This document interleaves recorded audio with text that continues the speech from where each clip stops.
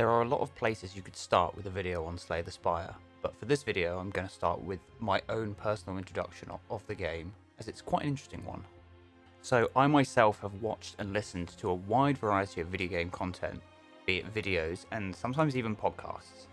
And I have heard a lot of different people say that Slay the Spire was a great game, but for some reason I'd never had the push to play it myself. Another thing that's quite relevant for this story is my love for crossover games. An example is Super Smash Bros.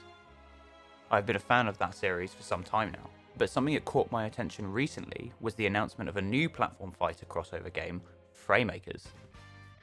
If you haven't heard about this game, and you also love Smash Bros, do yourself a favour and check it out. Anyways, along with this announcement came the showing of the first 5 characters for the game, one of which was the Watcher, originating from, you guessed it, Slay the Spire. Now at first, for me, she was part of the I don't recognise category. However, I was at work one day and found myself fairly bored. So I started listening to the stream that McLeod Gaming had for the final hours of their Kickstarter, in which they played a few of the games that their starting cast was originating from. And after listening and watching a little bit, I thought I should play some of these games to get to know the cast better for when the game comes out. And after their gameplay demonstration, one of the games that I really wanted to play was Slay the Spire. Right, now we've got some of that backstory out of the way, let me talk more about the game. Slay the Spire is made by an American indie developer called Megacrit. It was released in early access back in 2017 and had a full official release in January 2019. Now it's time to get into what the game Slay the Spire actually is. This game is a very good example of how mixing two genres, if chosen carefully, can sometimes work very well. The games I would use to describe its playstyle are as followed. Firstly, it's a deck building game in a similar way to that of Hearthstone, but it's also a roguelike. A game I think would be useful to help explain a roguelike is The Binding of Isaac. These two genres have actually meshed together surprisingly well, with an end result that is very fun to play. You start the game with only one character, this character being the Ironclad. More characters can be unlocked simply by playing the previously unlocked character. Once in-game, you will see a big map of an area that you will have to progress through in order to reach a big bad boss man at the end of the map. There are some quite stark differences between Slay the Spire and the games I just compared them to, and I think you should know those. It is similar to Hearthstone, where you have a character that you play as, and you have to build a unique deck for each different character. However, instead of cards for units and spells, the cards in Slay the Spire consist of attack cards that do damage, skill cards that provide buffs and debuffs, and power cards that provide permanent changes to that one encounter. The cards in game are different colours for the different playable characters, the same way that it is in Hearthstone. There is also a selection of grey cards that you can find that can go to any deck. One huge difference that anyone who has played Hearthstone will notice is the energy cost of cards. They are all very low, most of which are either 1 or 2 or even maybe 3 energy to cast. And also your energy from the start of the game starts at 3 per turn and doesn't rise naturally turn to turn. This is real nice, as it takes away a lot of the problems of having a heavy high cost cards in your deck, especially seeing as at the end of the turn all unused cards are removed from your hand and put into your discard pile, and at the start of your turn you then draw a full hand again. This fairly simple process loops until you run out of cards, and the full discard pile is then shuffled back into your draw pile, meaning that it doesn't matter how many cards you have in your deck, you won't ever run out of cards. This system is so pleasant to use, and it is really simple and easy to get to grips with. And to be perfectly honest, I feel like this game has a much nicer design for its card play than Hearthstone ever did. One massive advantage that Slay the Spire has over Hearthstone is you're not playing player versus player, you're playing against enemies that have been designed for the game. What's even better is the enemies don't actually use the same cards that you do. The enemies have a variation of attacks, blocks, buffs and debuff moves, but you can even determine the turn before they act. Hearthstone has a massive problem of luck being so important to so many deck builds. The only thing that you have to worry about with RNG in Slay the Spire is a few times that you don't draw any block cards on a turn that your enemy is about to attack you, for example. But this usually doesn't happen, especially as you start every run with a balanced deck and will hopefully try and keep it balanced as you make your way through the Spire. And one last note when comparing to Hearthstone is that you don't do any deck building before you play.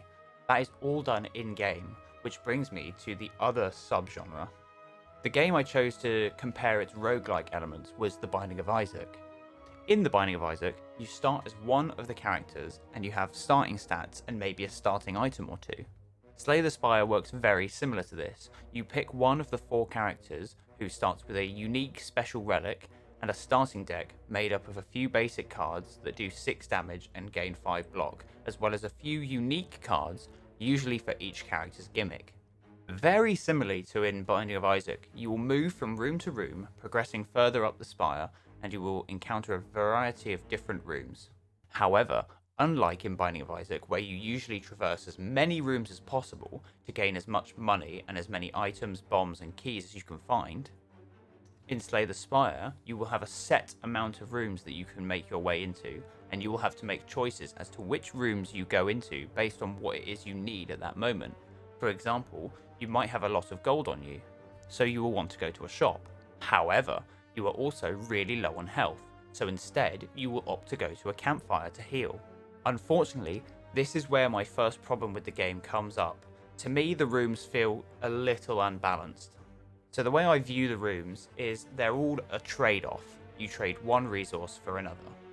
The most common room you will encounter is the monster room, where you will have to battle something to progress.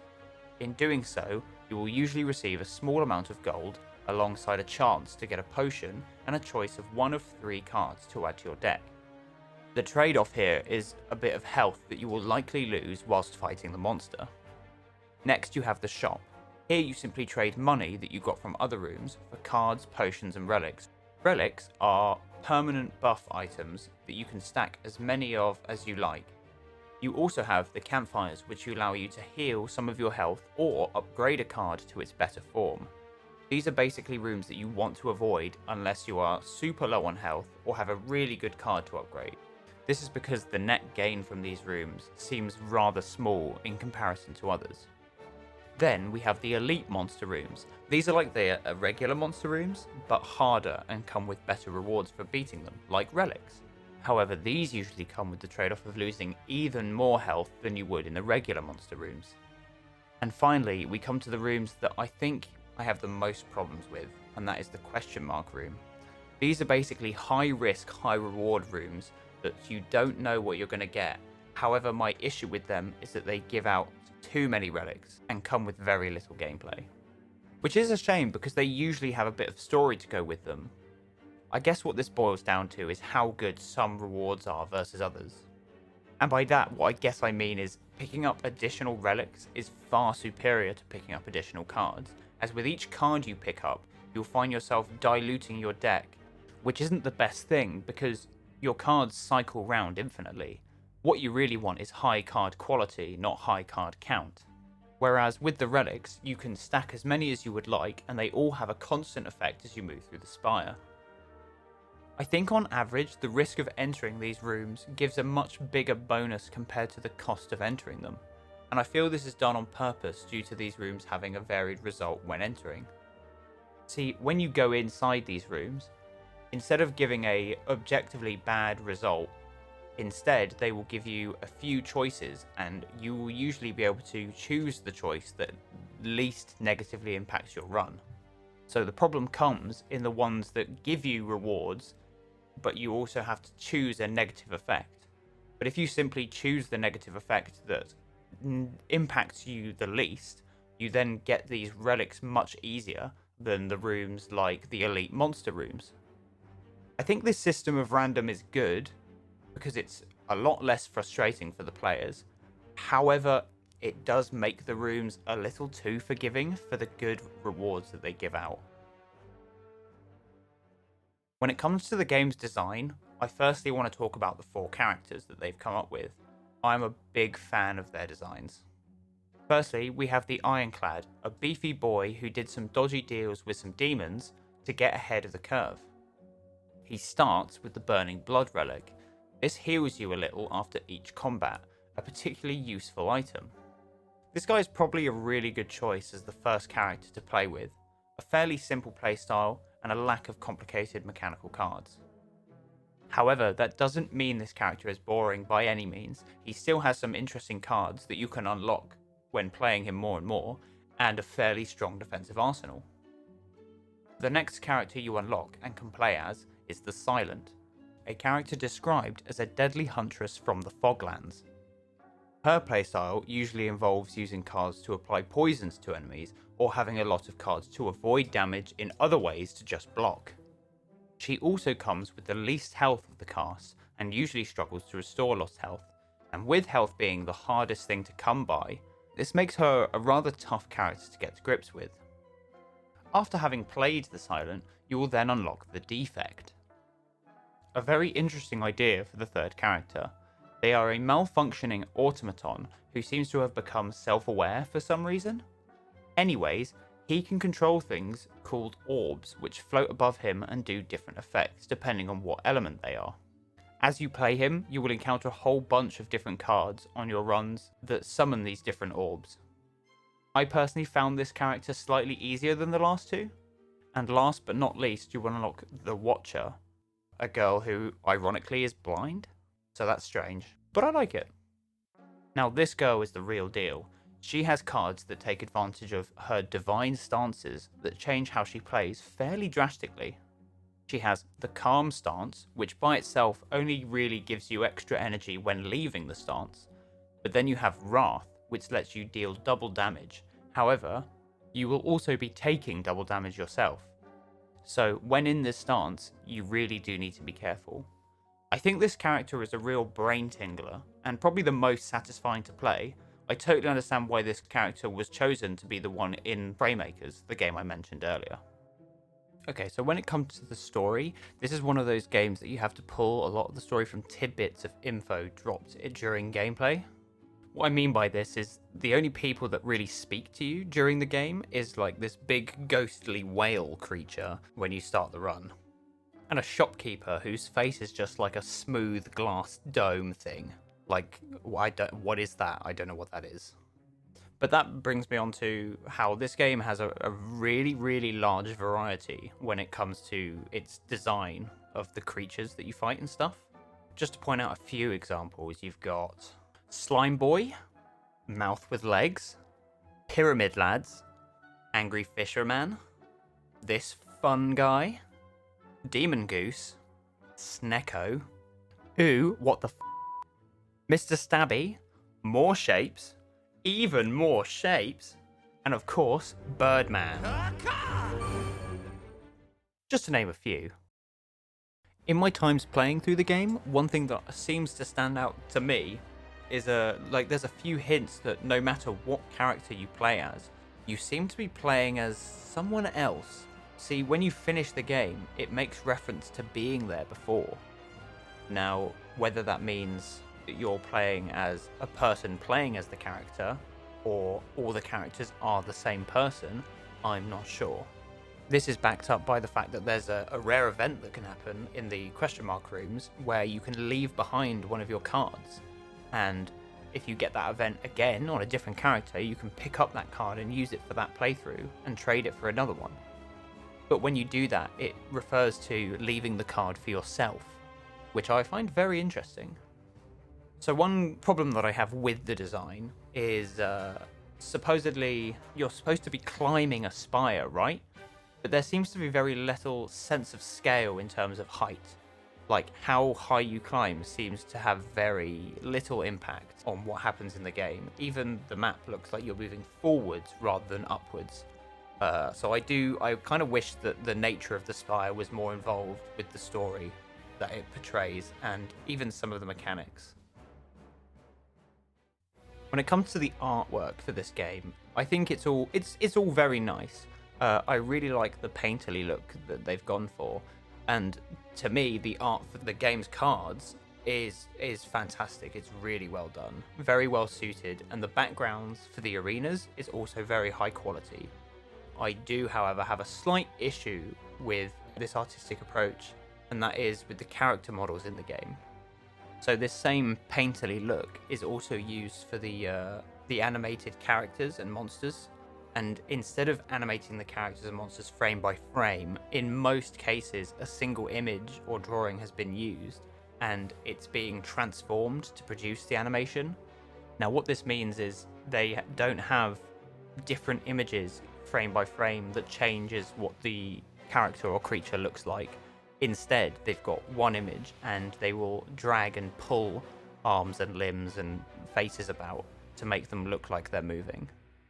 Now, you can make the argument that this is a stylistic choice, but personally I don't really like the look of single images being pulled and morphed to produce an animation, as there are very few things in real life that actually maneuver in this way. And this with the addition that it clearly takes less work to produce an animation with a single image. I don't know. Yeah, it really leaves more to be desired. I mean, I think I personally would even say that even downgrading the art quality a little bit just to have more frames of animation would probably go a long way for the characters in the game. Continuing on from art style though, I would also like to talk about the game's UI. Now when it comes to UI and menus, you can usually go for either a diegetic or non-diegetic UI, which basically means is the UI in world. For example, Fallout 4, all of your menus and stuff is on your wrist and your character is using them as you do. This is referred to as diegetic. Whereas a non-diegetic UI would consist of you pressing a button and a menu pops up and your character has no idea that this is happening. Now in this game, you actually have a map, which is a diegetic part because you can literally see where to go from room to room in an actual physical map that your character in the game is supposedly looking at. And I would say a map in a game about exploring a spire fits very well into the context of the story. Next to the map, they even have a piece of scrap paper with all the little doodles on it, reminding both the player and the character which doodles symbolise which rooms. I think it's a great idea. Diegetic UI is often a really good way to show off some creativity, and it's fairly difficult to squeeze into certain games where it doesn't fit, which brings us to the rest of the game's UI.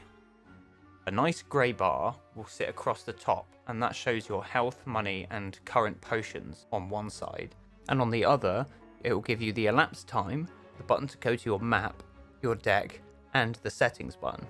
And all the symbols are really simple and easy to understand. I didn't find myself having any problems at all when trying to access certain settings or the map or anything like that. Once in a fight, you'll get some more AI that's more typical of a card game. You'll have your draw pile, your discard pile, and all of your cards in the middle, which is all easily read, all very, very simple. You just click and drag these cards to activate them on certain heroes, and it's all very smooth, all works very well. The game's music is fairly good and suits it very well, and the jingles that play when you beat a boss of an area are also quite fun and satisfying. There is, however, a slight issue with the beginning of the game's soundtrack, because if you're starting and restarting over and over again, you'll hear the early game sounds a lot more than the rest. So it's a little shame that there isn't more variation in the earlier levels when it comes to its music. My suggestion to this problem is that the team should have designed maybe multiple floors that you can start on. That would give you more variation in even enemy types and bosses, as well as the music, to keep it from drying up at the beginning. To be honest, you could extend this idea to the rest of the Spire. With different alternative floors, you could have unique challenges and rewards within those specific zones. I'd say similar to how Binding of Isaac has its early levels like the basement and alternatively the burning basement as a variation. This game also has a fair amount of progression in it, as whenever you complete runs, you gain experience within that character class, and there are a few extra cards for each class that you will not have available from the beginning of the game, that you can gain access to by leveling up. Now, all this mechanic does is keep the game a little fresh, and I think this is fine. People like progression, right? I know I do. The most exciting part, though, is that most of the cards that are locked behind these progression walls are gold cards. These are usually the strongest and most flashy, so whenever you unlock one, you kind of just want to get back in there and try that character again, because you've now got new cards to access. There is also more to the progression than just the unlockable cards, though. By beating a run, you will unlock harder levels of what the game calls Ascension, which for each level adds a unique thing to increase the difficulty of the run, all the way up to Ascension level 20. Some of the examples of the things are like extra elites, harder normal rooms, healing less after bosses, and even double bosses at level 20. One more thing that is available in the game are more modes. After your first run in Slay the Spire, you will unlock the Daily Run Challenge. In this mode, you will have a new unique run every 24 hours, and you can compete against others to see who can do the best in it. This is possible because all runs within this game are seeded, and so with the same seed, you will have the same map layout and RNG as other people using the same map. These daily runs also have a few changes to the normal format in the shape of modifiers. And lastly, after giving a daily run a try, you will unlock the custom mode. Here you can see a pretty big list of all the modifiers available for the daily runs and toggle them on and off, as well as your character, level of ascension, and seed. Now for me, personally, these extra game modes don't seem to hold my attention as well as the normal game mode does. And adding a competitive aspect is fine, but it's only really a comparison of how well you did rather than directly competing. I guess they could make like a 1v1 race type game mode to see who can get through it faster. But yeah, for me, I enjoy this game more as a relaxing single player experience that you can have with the added few brain tingler moments. Yeah, so that's pretty much Slay the Spire top to bottom, pun intended. This game is a great success story, and I really do recommend picking it up and giving it a go. It's such a satisfying and simple game. And to be honest, I would be really surprised if there's not a sequel in the works. And if they are making a sequel, they might be working on some improvements, but to be honest, most of it they just want to add more of what they were already doing. Just simply more cards to unlock, or more classes to play, or even more enemies and bosses to encounter. Anyways, thanks again if you made it this far. I really hope you got something out of this video, whether it was a new interest in the video game you had missed, or a video that you just found entertaining. If either of this is true, I recommend subbing, and also having a look at my other videos. You might find something you like. Cheers! See ya!